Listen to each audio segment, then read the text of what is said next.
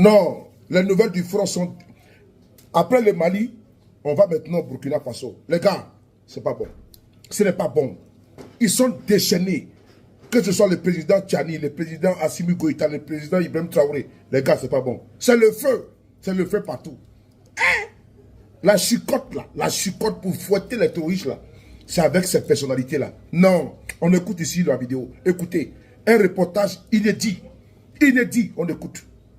La journée d'hier a été des plus rudes pour les groupes terroristes, des groupes terroristes qui essayaient d'écumer les zones de Kosuka, de Yalgo, Taparko et Bani, tentant de contourner les dispositifs pour s'en prendre aux populations. Ces groupes terroristes sont pris entre les feux des forces de défense et de sécurité.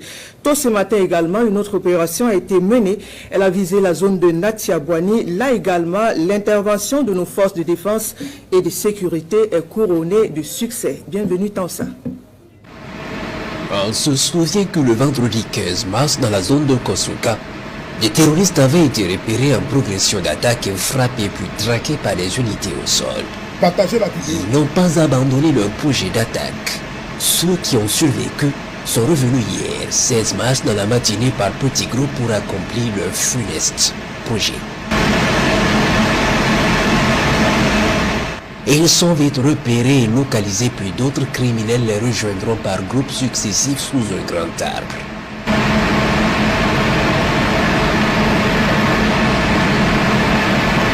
Sans tarder, les combattants du ciel préparent l'attaque et frappent efficacement ce rassemblement sous l'arbre. Puisqu'ils sont décidés à mourir, il ne leur est réservé que ce sort. Une mort dans les flammes de l'enfer sur terre d'abord, en attendant l'enfer de l'au-delà. Il est 10h45 exactement lorsqu'ils sont expédiés sur la table des vautours. Dans la même journée du 16 mars, une autre bataille aérienne a eu lieu dans la zone de Yalgo.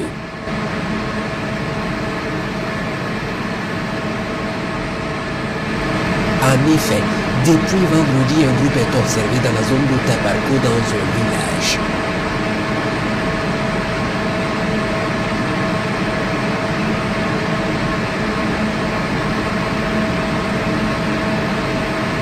Les combattants du ciel vont maintenir l'observation jusqu'à hier, où les criminels se sont mis en ordre de bataille en direction de la zone de Silmangé en contournant entre Yalgo et Bani.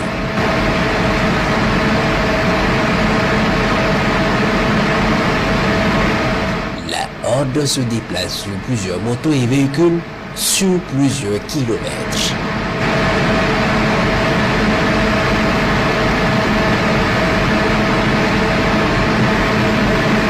Par centaines, ils filent à vive allure pour atteindre leur objectif.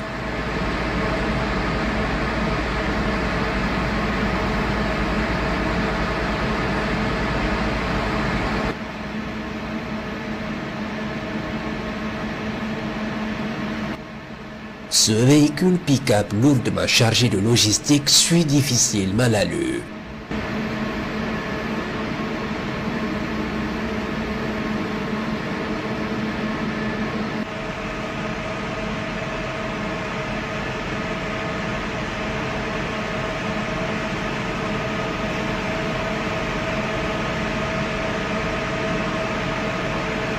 Puis à un moment donné, la colonne marque un arrêt pour sûrement des consignes.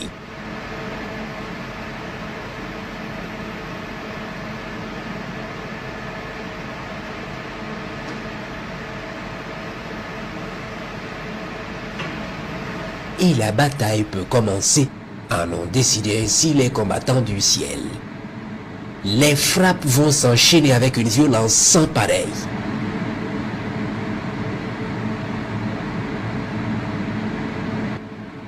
Ici, un grand groupe sous un arbre touffu est violemment frappé.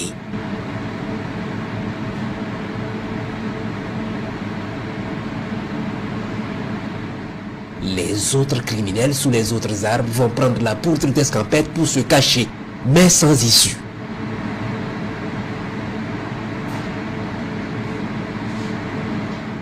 D'autres vont rejoindre le pick-up bourré de logistique et espérer pouvoir fuir. C'est mal connaître les combattants du ciel. C'est au bon moment qu'ils sont pulvérisés avec leur logistique. Un missile va s'abattre sur eux avant qu'ils ne démarrent.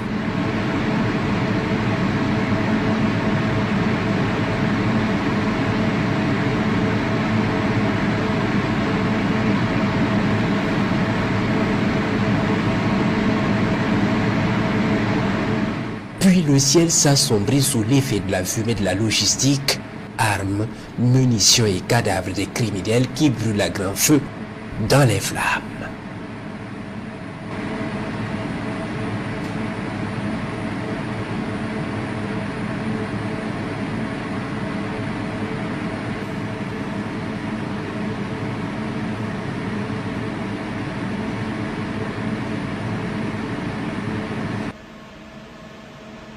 Tôt ce matin, les hommes du 5e bataillon d'intervention rapide vont lancer une opération dans la zone de présence ennemie en vue de détruire tout criminel qui rôderait dans la zone.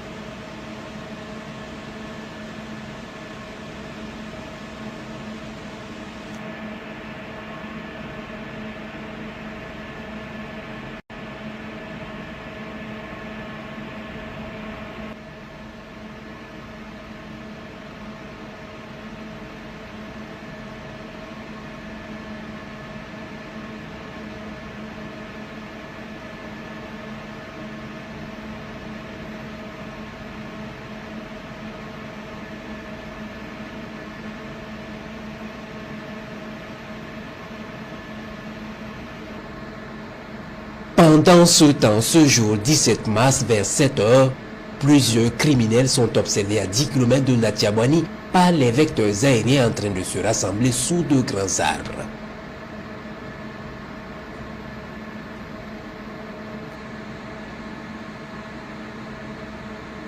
Ils sont soigneusement observés dans leurs manœuvres, puis les combattants du ciel vont préparer l'attaque au bon moment.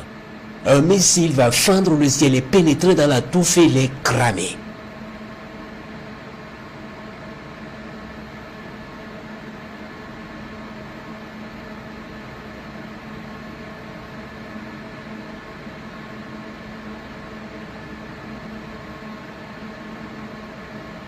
Certains essaient de fuir mais finissent en quadrupédie et s'éteindre ensuite. Ils vont cramer avec leurs moyens.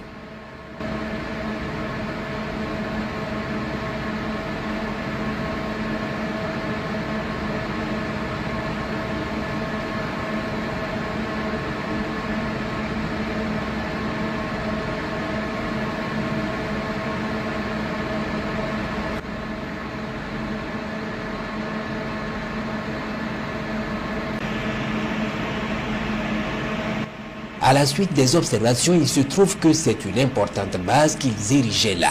Une opération est immédiatement montée et un commando du Centre national d'entraînement commando de Pau, déjà en opération dans la zone, est projeté sur la base.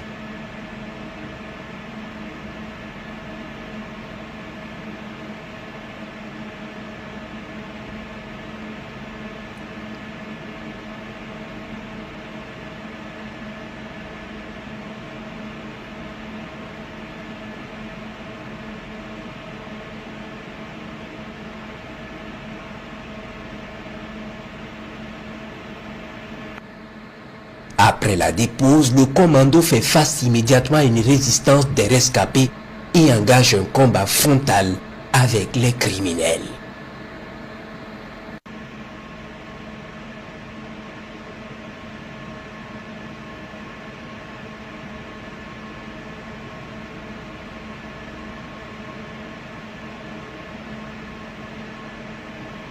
Très vite, l'ennemi est anéanti par la puissance de feu du commando qui ratisse toute la zone, récupère les armes encore utilisables et détruit tout le reste qui ne peut être emporté.